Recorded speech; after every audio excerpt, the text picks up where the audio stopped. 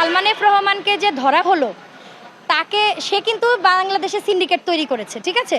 তাহলে এই যে সিন্ডিকেটের জন্য আজকে আমরা চাল ডাল তেল নুন মাছ মাংস এবং সর্বোপরি ইলিশ, আমরা যে শাক সবজিও কিন্তু আছে এর মধ্যে অন্তর্ভুক্ত। এই যে পুরো সিন্ডিকেটের সাথে কারা যুক্ত এইটা কিন্তু সেই সব থেকে ভালো বলতে পারবে, তাই না? যে কোন কোন গ্রুপ, যেমন ধরেন আমরা তো নাগরিক হিসেবে, আপনারা গণমাধ্যম কর্মীরা কাজ করেন হিসেবে আপনাদের মাধ্যমে আমরা জানতে পারি যে মেঘনা গ্রুপ, স্কয়ার গ্রুপ, তারপর হচ্ছে সিটি গ্রুপ, তারপরে বসুন্ধরা গ্রুপ, এরা হচ্ছে এই সিন্ডিকেটের সাথে জড়িত।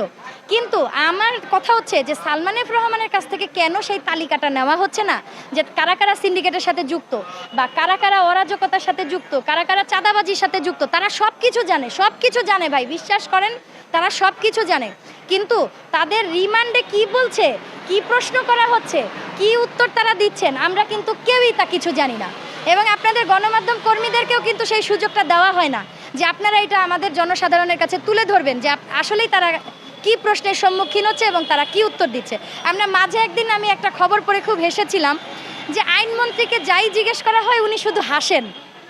আচ্ছা ঠিক আছে, ধরে নিলাম যে আইনমন্ত্রীর হাসি ছাড়া কোনো কিছু বলার নাই, কারণ আইনের যে পুরোটাই বিক্রি হয়ে গেছে। এবং আপনারা জানেন যে ওই যে র্যাপার আলী হাসান যে আইনের কথা বলল তার র্যাপ গানে, যে কোর্ট বিক্রি হয়ে গেছে, টাকা তল দিয়ে টাকা না দিলে মানে কোর্টে কোনো বিচার হয় না, তার এই গানটাকে কিন্তু ইউটিউব থেকে সরিয়ে ফেলা হয়েছে।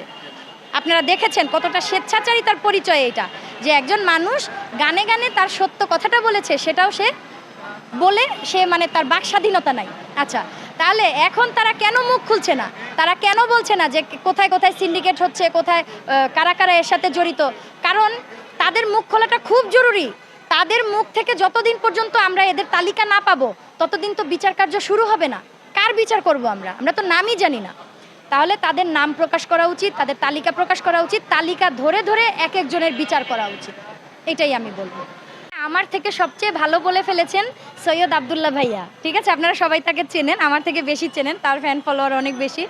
তো উনি কিন্তু সুস্পষ্টভাবে, এবং উনি যেহেতু একজন আইনের শিক্ষার্থী এবং উনি কিন্তু এখন শিক্ষক হিসেবেও নিয়োজিত আছেন, উনি যেভাবে বলেছেন ওর পরে আমি শুধু এতটুকুই বলতে চাই যে এই যে বহাল তবিয়তের বিষয়টা আপনি বললেন, এই বহাল তবিয়ত কেন আছে এইটাই তো আমরা জবাবদিহি চাই।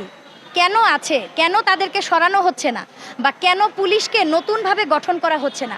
সশস্ত্র বাহিনী যারা তখন সোচ্চার ছিল আমাদের ভাই বোনদেরকে নির্যাতন করার জন্য, অত্যাচার করার জন্য, তাদেরকে কেন সরিয়ে নতুনদেরকে নিয়োগ দেওয়া হচ্ছে না?